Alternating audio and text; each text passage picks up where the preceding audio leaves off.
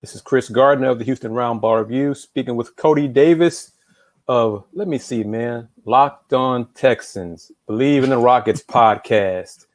What other hats? How many other hats are you wearing? Are you still working for the SaberCats? Yeah, still working as a game day director for the Houston SaberCats. And of course, covering the Houston Rockets for SB Nation as like their inside reporter. Good to see you, man. We just touched on before we got started. I haven't seen you in a year. So I know, right? I think the last time I saw you personally was when the University of Houston had to turn their bus back around when it was on their way to Fort Worth. I think that was the last day I think I saw anybody really. Yeah. So that's right around March 11th, 2020. So yeah, that's about right. March 11th, March 12th. So yeah. How you been, man? I've been good, man. Been good. Just trying to keep this dream alive, just continuing trying to hustle, covering the Rockets, covering the Texans, trying to get back on covering University of Houston. Of course, I was able to follow them as they made their way to the Final Four. I was rooting for them all the way. I was kind of disappointed I couldn't cover them this year, but hopefully I get back on that beat as well. And let's touch on that right there. How did COVID and the lockdown, shutdown, whatever you want to call it, how did it impact your business? Well, first, did it impact you personally? Any health issues, anything like that? And then get into the business impact of it. Well, first and foremost, by the grace of God, it didn't affect me or anybody in my family. I had a couple family members and a couple friends who actually tested positive for COVID, but they only had mild symptoms. Nobody, was rushed to the hospital, anything like that. Other than that, everybody just been safe. Now everybody's just getting vaccinated. I'm actually going to get vaccinated in the next couple of weeks myself, whenever my schedule will get a little bit freed up. But as for me personally, affecting my business, I had to be furloughed from the Houston SaberCats for the time being. And after that, just continuing trying to take advantage of, getting the virtual credentials. Everybody is used to, having the in-person credentials. And Kris, my first year around the Houston Texans was that 2019-20 season. I was just starting to learn how to create those relationships, just now starting to learn how to create relationship with the players, going inside the locker rooms, whether that be with the Rockets, whether that be with the University of Houston. But then of course, when COVID happens, everything got put on pause and we started doing Zoom calls. So, it affected me in that aspect. I did not have an opportunity to continue learning how to make those in-person connections. However, I was still just blessed and thankful that I was able to be on those Zoom calls. I know a lot of people, would have loved to be on those Zoom calls every single game, especially for the Houston Rockets side of things, even though a lot of those Zoom calls was depressing, especially this past season. But, just trying to take advantage of any opportunity that came my way. Yeah, that's the Zoom and the virtual was good and bad for a lot of us in media because we were able to cover more teams. I know, especially on the road, because when the Rockets were on the road in previous years, we didn't have access to the locker rooms. We couldn't, talk to the Rockets post game, things like that for road games. So that was a help. But a negative was home games. We couldn't be in the locker rooms. We couldn't talk off the record with players, coaches. We couldn't talk to stuff with other friends in the business. So it was good and bad about that. Well, let's talk about Stephen Silas taking over the job. When he was hired, he had James Harden and Russ on his team. And then November, December, he didn't. So what were your impressions of Russ leaving and James leaving? Well, I looked at it a little bit twofold, first and foremost first of all, let me say this. I wasn't surprised that we got to the point that James Harden wanted out of Houston, because to me, the writing was on the wall when the Rockets lost Game 7 in 2018 to the Golden State Warriors. We all know the story. Chris Paul get hurt, and the Rockets missed 27 3-pointers. At that very moment, I knew the writing was on the wall for James Harden's career as a Houston Rocket, because to me, I always look at sports.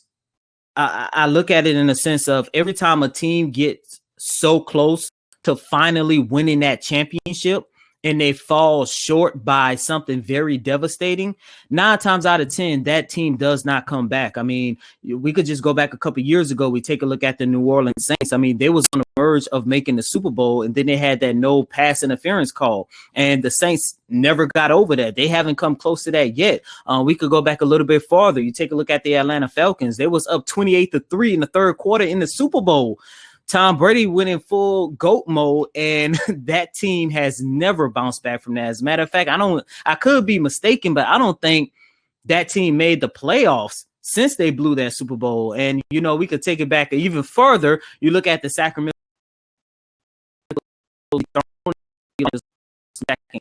and they could never get over the hump. And that's the same direction I saw the Houston Rockets going. Now, on the flip side of that, unlike the Saints, unlike the Falcons, unlike the Sacramento Kings, they had something that those teams did, and that was a guy in the middle of the prime of his career, and that was James Harden.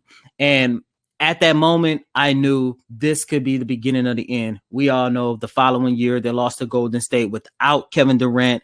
And the trade for Russell Westbrook, to me, always seemed like this is the final straw. This is the final curtain call to try to win something in the city of Houston with James Harden. And we all know, once again, that team came up short, and the body language James Harden showed after they was eliminated by the Los Angeles Lakers last year let me know that 9 times out of 10, this man was not going to be a part of this organization moving forward. And all the things that I kind of speculated ended up being true. The Russell Westbrook side of things, I'm not going to say I was happy he left, but, you know, he was only here for 1 year. And it always seemed like, to me at least, that Houston was always just going to be a quick pit stop for him, because I kind of figured James Harden wasn't going to be here at least within the next 2 seasons. And of course, that ended up being the next couple of months. But as for the James Harden side of things, you know, I wasn't upset that he left. Of course, I was upset by the way he left. You know, the night on that Zoom call, Chris, you was there when he told us that this team wasn't that good and the situation cannot be fixed, and he just left. I was a little bit, but I wasn't upset because he left, because I know at the end of the day, this is a guy who wanted to win. And, you know, one thing I would give James Harden, regardless if you're upset about how he left or just upset by the fact that he's no longer representing the Houston Rockets, one thing you can never take away from James Harden is the fact that this is a guy, from the very first moment he put on that Houston Rockets jersey, he gave this organization and this city his all. The only thing I wish when talking about the departure of James Harden, I just wish the Rockets would have granted his trade request. And Chris, let me just say this. Every time an athlete, a superstar athlete, demands a trade out of their current situation, and it's to the point where you know it cannot be fixed, that organization needs to depart from that player, because first and foremost, as soon as they make it known that they want out of their current situation, 9 times out of 10, that is when you're going to get your biggest trade package, because you're going to have so many teams trying to get their hand on that asset. However, with the Houston Rockets side of things, and it's funny that I'm talking about this because I'm looking at the Houston Texans made the same exact mistake that the Houston Rockets made by holding on to their superstar who wants out.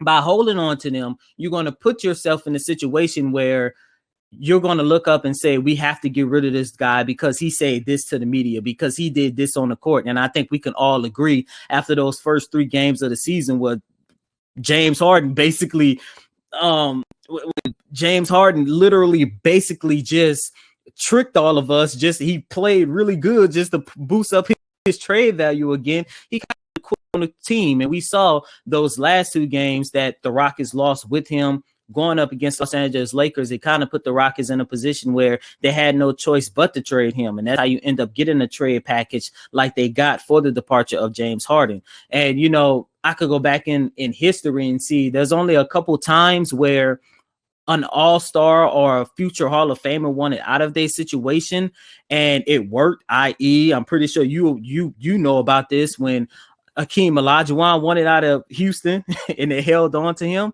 That worked out. Of course, my boy Kobe Bryant wanted out of Los Angeles twice and it worked out for him. But 9 times out of 10, it always put the organization in a position where they are forced to move on from him quickly, accepting a deal where it's like, if you could have moved on from him earlier, not only would you have gotten a better deal, but that possibly would have saved the Rockets season where they would not have been the worst team in the league, ending the year with a 17-55 record. If anything, they probably would have been in a position to be at least in a play-in tournament. What are your thoughts on what deal do you think they should have made?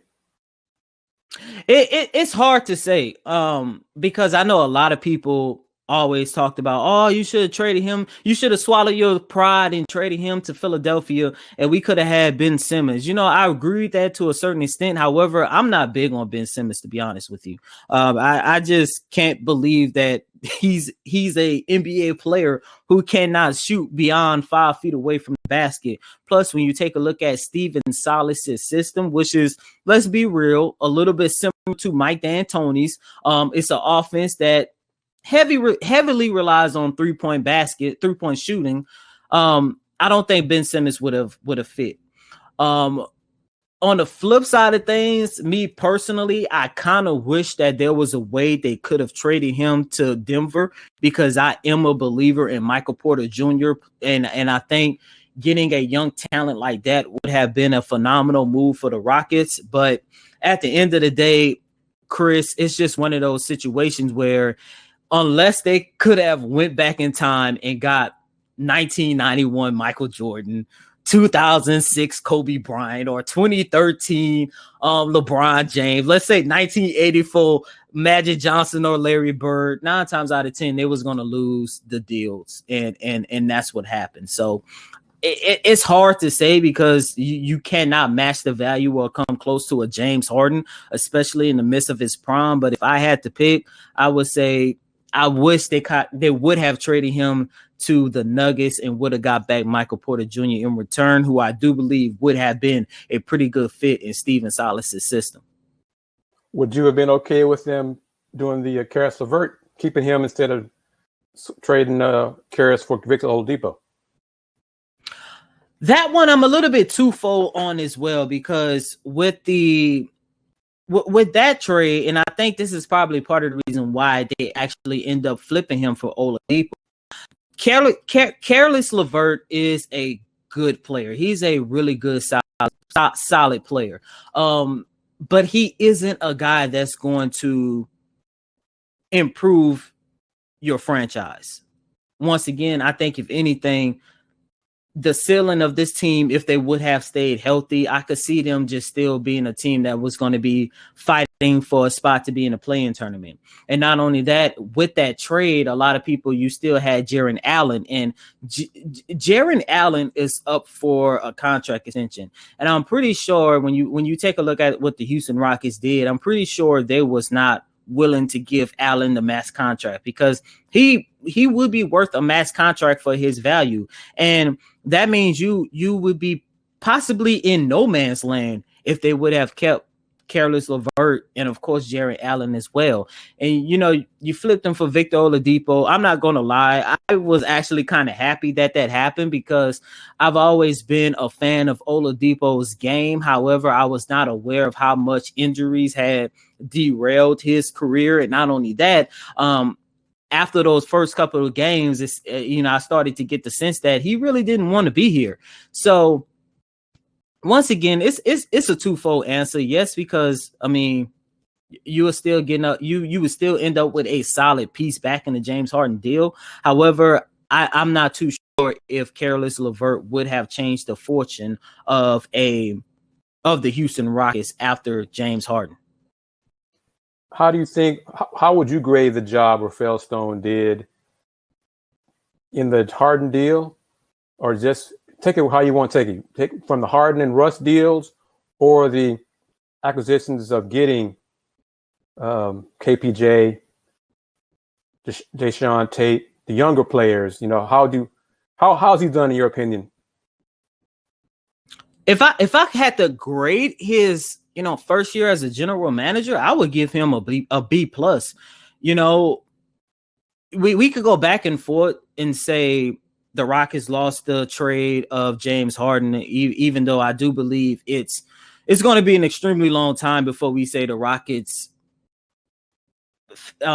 drop the ball on the James Harden deal or not, because they got back so many draft picks. And, you know, I kind of have a feeling that I would not be surprised if Raphael Stone flip those draft picks for a disgruntled superstar who might be coming up in the future. And not only that, so with that being said, it's kind of it's going to take a long time before we can say the Rockets did good or did bad in the James Harden deal. However, on the flip side of things, when you take a look at the players that this man has found, I mean, Christian Wood, Jae'Sean, Kevin Porter Jr., I mean, those three players that I just named are the Rockets' future. Those are the three guys that have already laid a foundation to the Houston Rockets for a rebuild. And, you know, when you take a look at a team, you know, I'm not comparing none of these guys to Golden State, but it's sort of similar to the route Golden State took to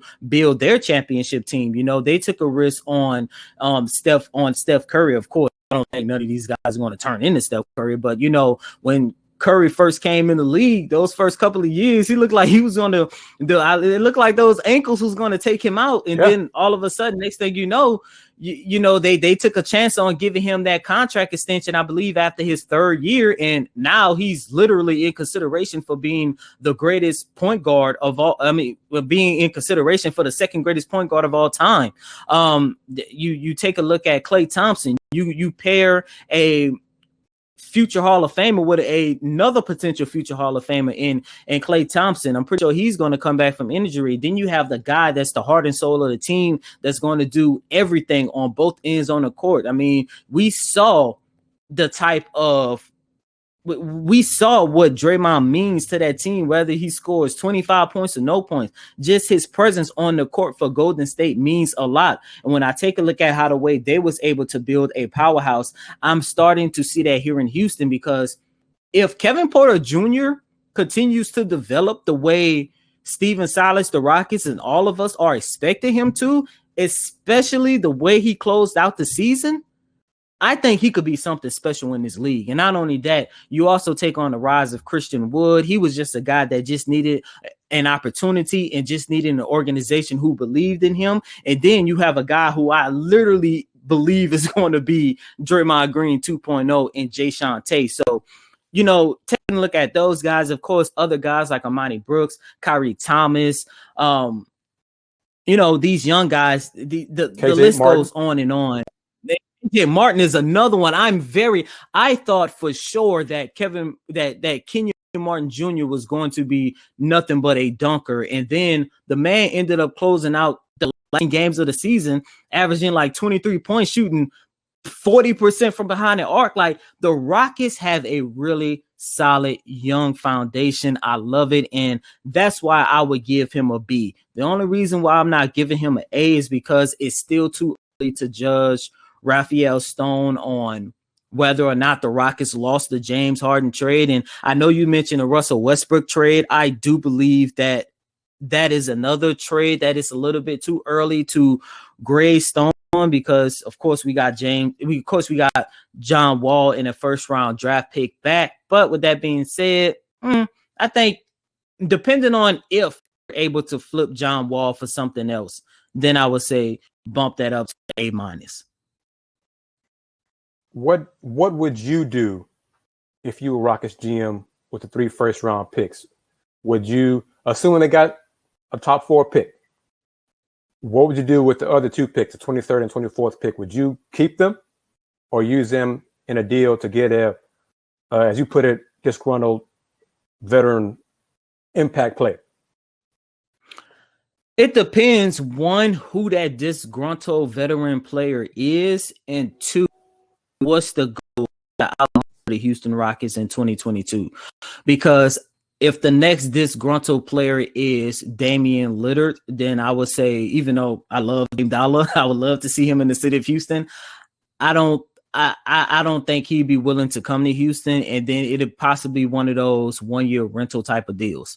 But if it's someone like someone young enough like a Karl Anthony Towns, let's say if he wanted out of Minnesota this summer, then I would say, okay, let's flip those 3 draft picks for Karl Anthony Towns and pair him in the front court alongside Christian Wood. And of course, you still have guys like Kevin Porter Jr. and Jae'Sean Tate. As long as you could keep that core together, then I would say flip it. And Kris, I'm pretty sure that is harder to me.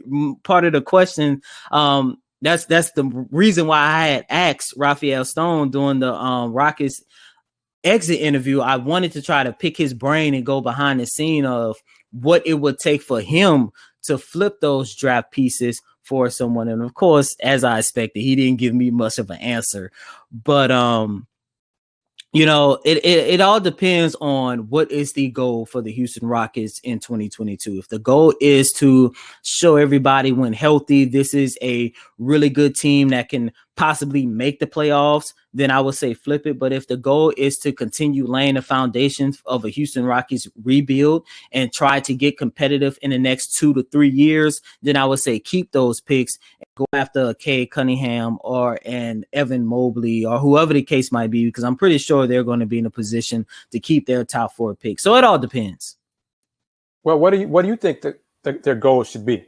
Should they rebuild and just lay the foundation for the next 2 years or so, or try to, if we're healthy, this year was nothing but injuries, and injuries were the reason why we had an awful record, and just try to tweak things and say, okay, if we're healthy next year, we'll be right on that play-in playoff consideration. What's your opinion that they should? What path do they follow? Continue to rebuild. Because even if they go out and get, like, for example, Karl Anthony Towns, that's not going to be enough to dethrone the Lakers. That's not going to be enough to beat the Denver Nuggets. I don't think that's going to be a championship team, other than trying to rush back into being a playoff team, other than trying to rush into being a premier team like he was during the James Harden years, the Yao and T-Mac years. Of course, as you know more than I do, the Hakeem Olajuwon years, actually taking the time to get young pieces, getting those guys that can actually help you contend to be in contention for a championship in the next 4 to 5 years. If you continue developing your players, if those players continue to develop those chemistry, not saying not go out there and compete. Of course, you always want to compete, especially with Stephen Silas as your coach. That is a guy who deserves a year with a healthy team who's going to be out there willing to compete. But I don't want to see the Rockets rush their rebuild and then you end up stuck in no man's land where you're not bad enough to be to get a top 10, top 5 pick, but you're also not good enough to win a championship, make a conference finals, and you get bounced out in the first round every single year. So if I was the general manager, I would say, let's stick to the plan to continue building a team. So hopefully in the next 3 to 4 years, we could be back to that powerhouse team we was during the James Harden years. Even if that means missing the playoffs again next year? Of course. Well, once again, like I said, it all, like, even though I want them to continue to, even though I want them to stick to their plan of a rebuild, that doesn't mean you can't compete for playoffs, because with this play-in tournament, and Kris, you can let me know if you disagree or not, but I do believe if this team was healthy, they would have been in the midst of a play-in tournament. That's how I feel. And a lot of people, how can you say that, blah, blah, blah. And I say, go back and take a look at those 12 games, that 12 game stretch right after they traded James Harden and everyone was healthy. They had a record of 8-4.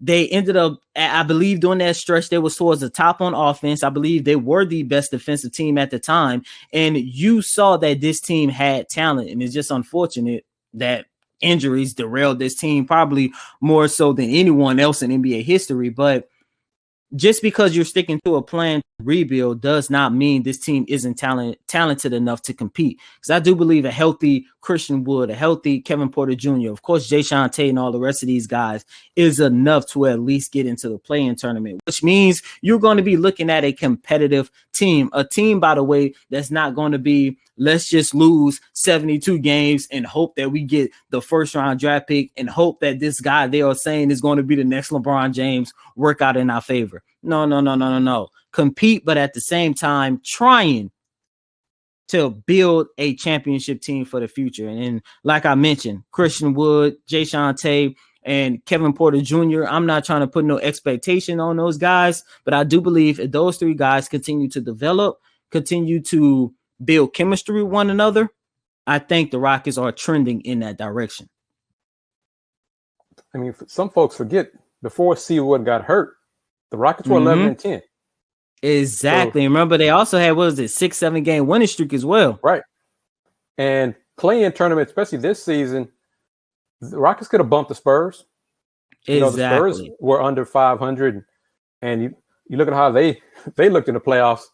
The Rockets could have done that if they were healthy. So exactly. And then, and that's why I tell people all the time, like, I know, and that's why I kind of understood where Tillman Fertitta was coming from when he released that article about he never thought he could be this optimistic, be this happy about winning only 16, 17 games. And of course, a lot of people, especially people outside of Houston, dogged him for saying that statement. But once again, I'm taking people like, you really don't know the talent that this team has. I mean, how many nights did Stephen Silas have to tell us we're going to play with a 6-man rotation, but we got to activate 2 injured guys just to have enough? Like, that's how bad the injury bug was for the Rockets this past season. And that took a toll on this team. It took a toll on the media. I mean, let's be real, man. Yeah, it took a toll on us too. It was hard to, and I commend you, Fagan, the media who write daily stories, Kelly Eco, and those members of the media who write daily stories about this year's team, because I couldn't do it effectively. Yeah. I'm more, game stories and post-game things like that. But even I stopped doing that this year because I was doing more U of H fellas. But still, trying to come up with stories daily to describe this year's team, the injuries, the different lineups, the losses. Hearing Stephen Silas say, we're going to have 8. We're going to play 6.5. We fought hard. I'm proud of these guys for what they did, what they gave me, but it's still a loss.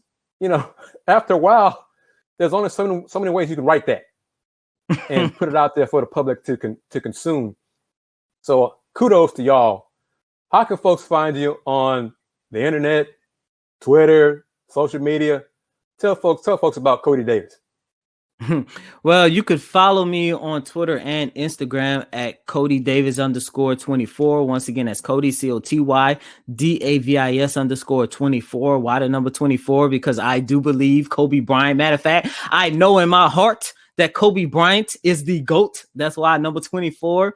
And you could just follow my work on SB Nation. I cover the Rockets for the Dream Shake, and I also cover the Houston Texans as well for USA Today Texans Wire, ESPN Houston, and co-host a daily podcast, Locked On Texans, as well. So you can always follow me. If you're a Houston Rockets fan, if you're a Houston Texans fan, or you just love Houston sports in general, give me a follow, because 9 times out of 10, I'm doing something covering that team. What's your good instinct on what happens, how the Deshaun Watson situation is resolved?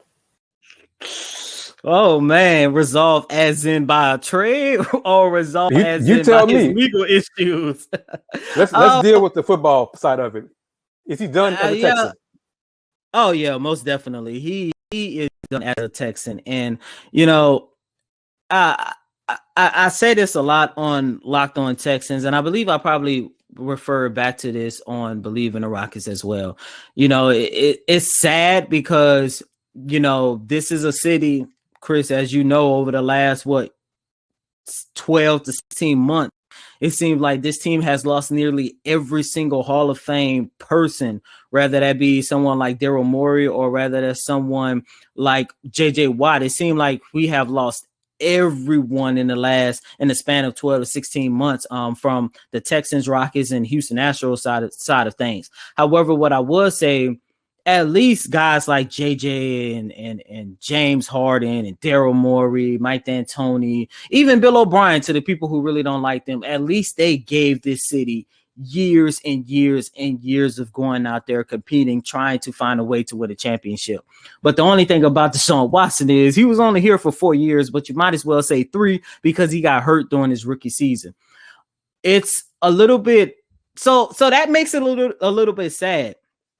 He's done as a Houston Texan, and then with his legal troubles going on, I don't want to get too much into that because there's still a lot of facts that needs to be released, and everything that we are being told about the situation is still kind of one-sided. Whether you read the SI article or you just listen to the press conferences from Tony Busby, who is the plaintiff, who is representing the 22 licensed massage therapists, women who say, something happened between them and Deshaun Watson. We're still basically hearing just one side of the story.